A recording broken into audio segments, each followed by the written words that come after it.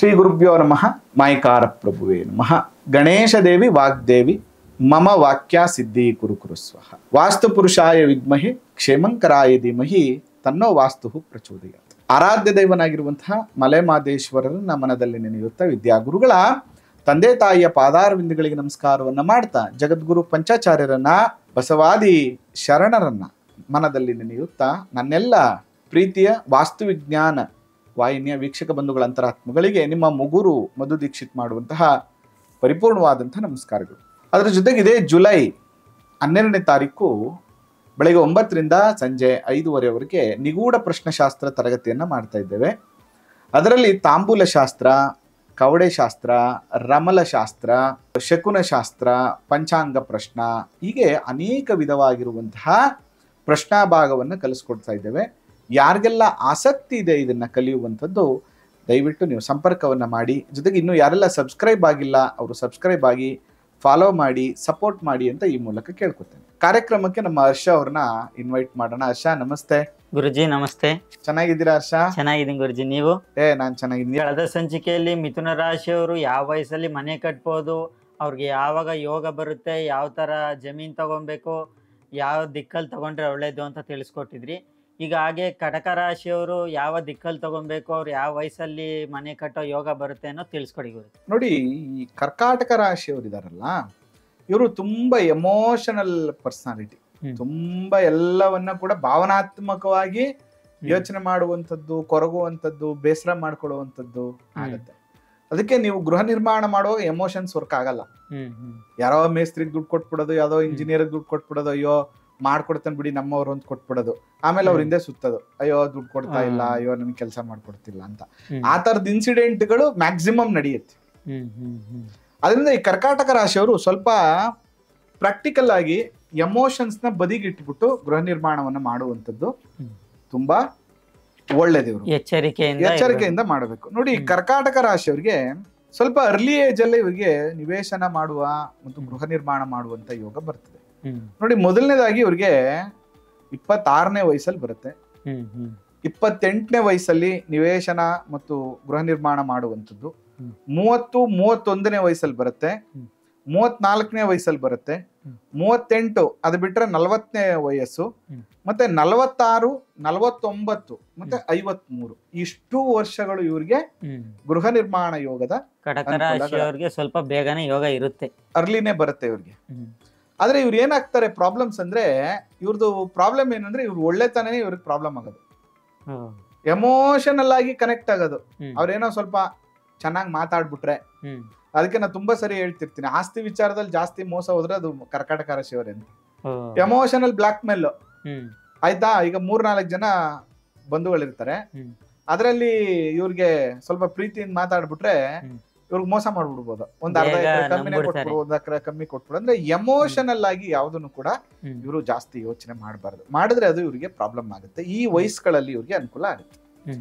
ಇಲ್ಲೂ ಕೂಡ ಬಹಳ ಮುಖ್ಯವಾಗಿ 2 ವಿಶೇಷವಾಗಿರುವಂತ ಗ್ರಹಗಳು, ಒಂದು ಚಂದ್ರ ಮತ್ತೊಂದು ಶುಕ್ರ. ಆಯ್ತಾ. ಇಲ್ಲಿ ಇವರು ಕೂಡ ಏನಾಗ್ತದೆ ಅಂದ್ರೆ ಇವ್ರಿಗೆ ಸುಂದರವಾಗಿರುವಂತ ಮನೆ ನಿರ್ಮಾಣ ಮಾಡ್ಬೇಕು. ಆದ್ರೆ ಇವ್ರಿಗೆ ಬಹಳ 2 ವಿಷಯಗಳು, ಮನೆಯ ತಾಯಿಯ ಆಶೀರ್ವಾದ, ಎರಡನೇದು ಕುಲದೇವರ ಆಶೀರ್ವಾದ. ಇದೆರಡೂ ಕೂಡ ಬಹಳ ಮುಖ್ಯ. ಇವರು ಗೃಹ ನಿರ್ಮಾಣದಲ್ಲಿ ಮಾಡಿ ಇವರು ಅತ್ಯಂತ ಸುಖವಾಗಿರ್ಬೇಕು ಅಂದ್ರೆ ನಿಮ್ ತಾಯಿನ ಚೆನ್ನಾಗಿ ನೋಡ್ಕೊಳ್ಳಿ.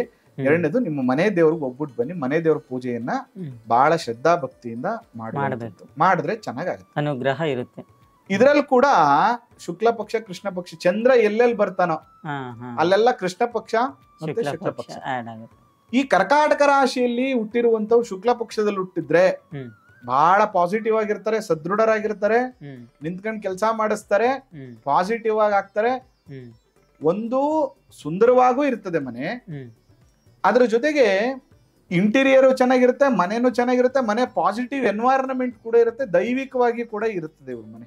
ಮತ್ತೆ ಇವ್ರು ತೆಗೆದುಕೊಳ್ಳುವಂತ ನಿವೇಶನಗಳು ಹೇಗಿರುತ್ತೆ ಅಂದ್ರೆ, ಇಲ್ಲೂ ಕೂಡ ಇವ್ರಿಗೆ ನೀರಿನ ಅಂಶ ಇರುವಂತ ಜಮೀನ್ ಸಿಗುವಂತದ್ದು ಮತ್ತು ದೇವಿ ಅನುಗ್ರಹ ಇರುವಂತ ಜಮೀನ್ ಸಿಗುವಂಥದ್ದು, ಒಳ್ಳೆ ಜಾಗ ಸಿಕ್ಕುವಂಥದ್ದು, ಒಳ್ಳೆ ಸೈಟ್ ಸಿಗುವಂಥದ್ದು ಆಗುತ್ತೆ.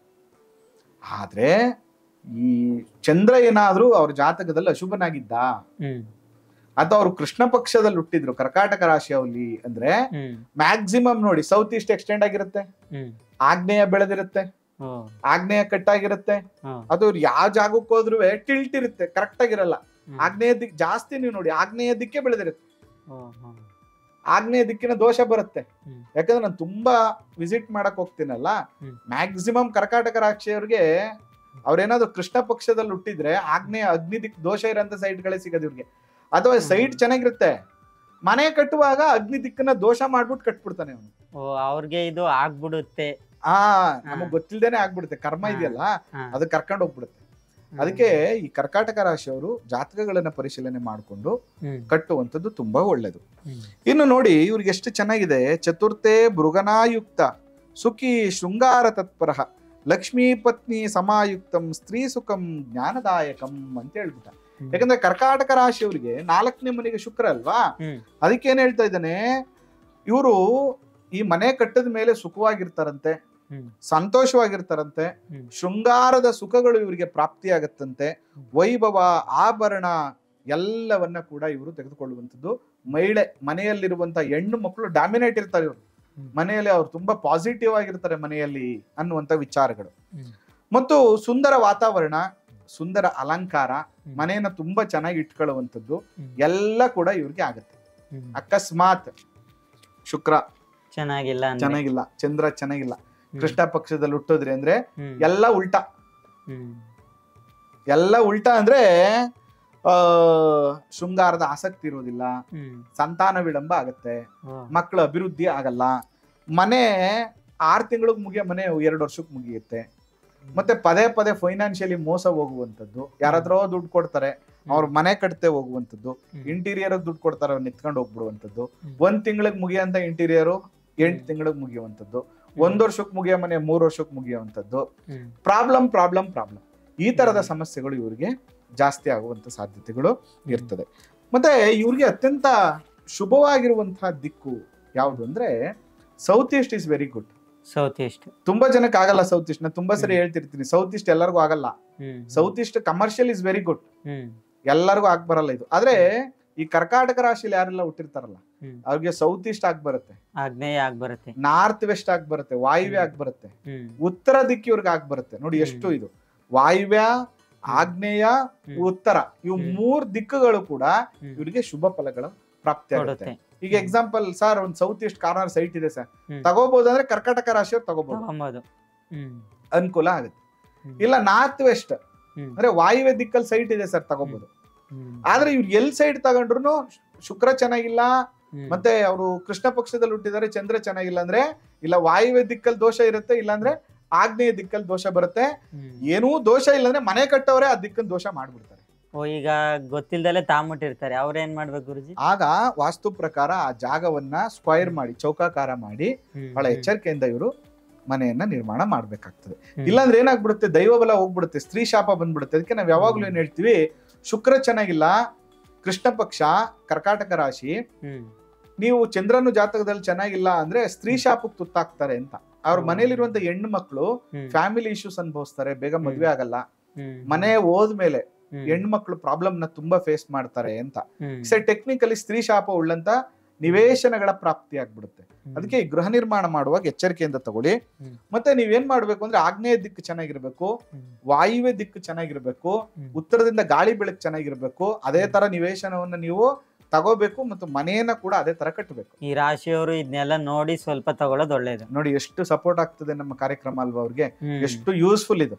ಹೌದು ಅಲ್ವಾ? ಅದ್ರ ಜೊತೆಗೆ ನೀವೇನ್ ಮಾಡ್ಬೇಕು ಅಂದ್ರೆ ಮನೆಯಲ್ಲಿ ಲಕ್ಷ್ಮಿ ಯಂತ್ರ ಅಥವಾ ಚಂದ್ರನ ಯಂತ್ರ ಎರಡರಲ್ಲಿ ಅಥವಾ ಶುಕ್ರನ ಯಂತ್ರ ಮನೇಲಿ ಇಟ್ಟು ಪೂಜೆ ಮಾಡುವಂತದ್ದು.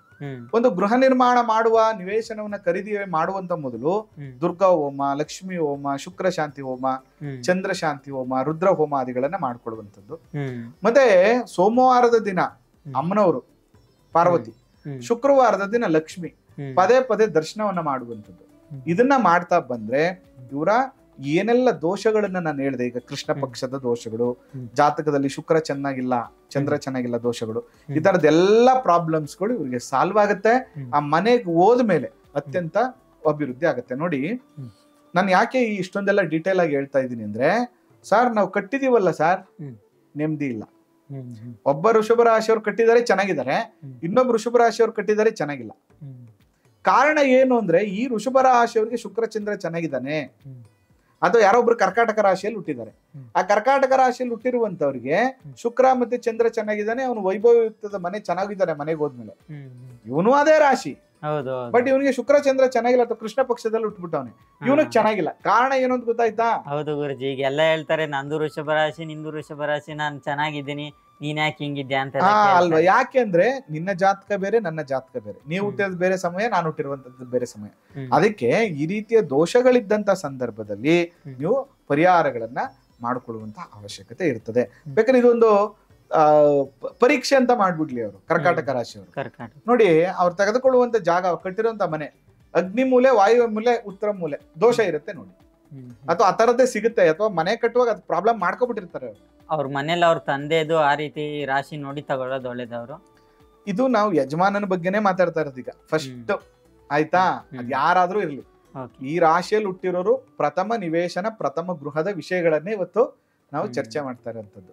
ಅದರಿಂದ ಈ ಎಲ್ಲ ವಿಚಾರಗಳನ್ನ ನೀವು ಗಮನಿಸಿ ಗೃಹ ನಿರ್ಮಾಣವನ್ನ ಮಾಡುವಂಥದ್ದು, ನಿವೇಶನವನ್ನ ಖರೀದಿ ಮಾಡೋದ್ರಿಂದ ಅತ್ಯಂತ ಶುಭ ಫಲಗಳು ನಿಮಗೆ ಪ್ರಾಪ್ತಿಯಾಗ್ತದೆ. ಜೊತೆಗೆ ಇನ್ನೂ ಕೂಡ ನಿಮಗೆ ಹೆಚ್ಚಿನ ವಿಚಾರಗಳನ್ನ ತಿಳ್ಕೊಬೇಕು, ಪ್ಲಾನ್ ಕರೆಕ್ಷನ್ ಮಾಡ್ಬೇಕು, ತೋರಿಸ್ಬೇಕು, ಜಾತಕಗಳನ್ನ ತೋರಿಸ್ಕೋಬೇಕು ಅಂತಂದ್ರೆ ಖಂಡಿತ ನೀವು ಭೇಟಿ ಮಾಡಿ. ನಮ್ಮ ಕೈಲಾದಂತಹ ಸರ್ವಿಸ್, ನಮ್ಮ ಕೈಲಿ ಏನಾಗತ್ತೆ ಆ ಎಲ್ಲ ವಿಚಾರಗಳನ್ನ ಕೂಡ ನಾನು ನಿಮ್ಗೆ ಗೈಡ್ ಮಾಡ್ತೀನಿ ಅಂತ ಹೇಳ್ತಾ, ಅದಕ್ಕೆ ಯಾವಾಗ್ಲೂ ಹೇಳ್ತೀನಿ, ಯೋಗಗಳೇ ನನಗೆ ಸರಿಯಾಗಿಲ್ಲ ಅಂದ್ಮೇಲೆ ನಾನು ಏನ್ ಪರಿಹಾರ ಮಾಡ್ಕೊಂಡಿರ್ತಾನೆ ಅದು ರಿಸಲ್ಟ್ ಕೊಡುತ್ತಾ? ಈಗ ನಾನು ಆ ಏಜ್ ಅಲ್ಲಿ ಬಂದ್ರು ನಾನು ಒಂದ್ಸಲಿ ಬಂದು ನಿಮ್ ಕಡೆ ಜಾತಕ ತೋರಿಸ್ಕೊಂಡು ನಾನು ಯಾವಾಗ್ಲೂ ನಮ್ ಸಂಚಿಕೆಯಲ್ಲಿ ಹೇಳಿದ್ದೇನೆ, ನನ್ನ ಹತ್ರನೇ ತೋರಿಸಿ ನಾನು ಯಾರಿಗೂ ಹೇಳಲ್ಲ. ಈಗ ಇದನ್ನ ತುಂಬಾ ಜನ ಮಾಡಲ್ಲ. ಏನಂದ್ರೆ ಈಗ ಎಕ್ಸಾಂಪಲ್ ನಾನು ಇರೋದು ಮೈಸೂರಲ್ಲಿ, ಆಯ್ತಾ? ನನ್ನ ಲಿಮಿಟ್ ಎಷ್ಟು? ಒಂದ್ 100 ಜನಕ್ಕೆ ನೋಡ್ಬೋದು, ಎಲ್ಲರಿಗೂ ನೋಡಕ್ಕಾಗಲ್ಲ ಅಲ್ವಾ? ಆತರ ನಾವ್ ಮಾಡೋ ಒಂದು ದೊಡ್ಡ ತಪ್ಪೇನಂದ್ರೆ ನನ್ನ ಹತ್ರ ಬನ್ನಿ, ನನ್ನ ಹತ್ರನೇ ಜಾತಕ ತೋರಿಸಿ, ನನ್ನ ಹತ್ರನೇ, ಹಂಗಲ್ಲ ಅದು. ನನ್ನ ಹತ್ರ ಬಳಿ ಬಂದವ್ರಿಗೂ ನಾನು ಗೈಡ್ ಮಾಡ್ತೀನಿ. ಅಥವಾ ಈ ರೀತಿಯಾಗಿ ನೀವು ಕಟ್ಟುವಾಗ ನಿಮ್ಮ ಲೋಕಲ್ ಯಾರಿರ್ತಾರೆ, ನಿಮ್ಮ ಹತ್ತಿರದಲ್ಲಿ ಯಾರಿರ್ತಾರೆ, ಅವ್ರು ಎಕ್ಸ್ಪರ್ಟ್ ಇದಾರ ಈ ವಿಷಯದಲ್ಲಿ ಅಂತ ತಿಳ್ಕೊಂಡು ಅವ್ರ ಜೊತೆ ಒಂದಷ್ಟು ಚರ್ಚೆ ಮಾಡಿ ಆಮೇಲೆ ಡಿಸಿಷನ್ ಅನ್ನ ಮಾಡಿ. ಈಗ ಹಲವಾರು ಕರ್ನಾಟಕದಲ್ಲಿ ಇರೋರೆಲ್ಲ ನನ್ನ ಹತ್ರನೇ ಬನ್ನಿ ಅಂದ್ರೆ ಪಾಪ ಅವ್ರು ಎಲ್ಲಿಂದ ಬರ್ತಾರೆ ಅಲ್ವಾ? ಅವ್ರು ಟ್ರಾವೆಲ್ ಮಾಡ್ಕೊ ಬರೋ ದುಡ್ಡಲ್ಲಿ ಅವ್ರ ಕನ್ಸಲ್ಟೇಷನ್ ಆಗ್ಬಿಡುತ್ತೆ.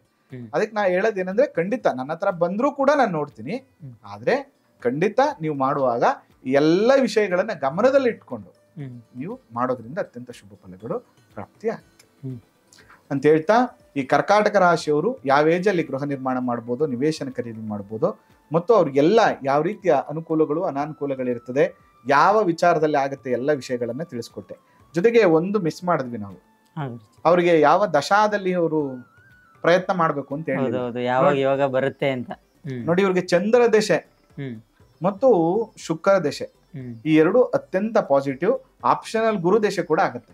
ಗುರು ಶುಕ್ರ ಚಂದ್ರ ದಶೆ ಭುಕ್ತಿಯಲ್ಲಿ ಇವರಿಗೆ ವಿಶೇಷವಾದಂತಹ ಗೃಹ ಸೌಖ್ಯ ಸಿಗುವಂತ ಯೋಗ ಇರುತ್ತೆ. ಈ ದಶಾಭುಕ್ತಿಗಳಲ್ಲಿ ನೀವು ಪ್ರಯತ್ನವನ್ನ ಮಾಡಿ. ಆ ಮಲೆ ಮಹದೇಶ್ವರನ ಅನುಗ್ರಹ ಸದಾ ನಿಮ್ಮ ಮೇಲೆ ಇರಲಿ.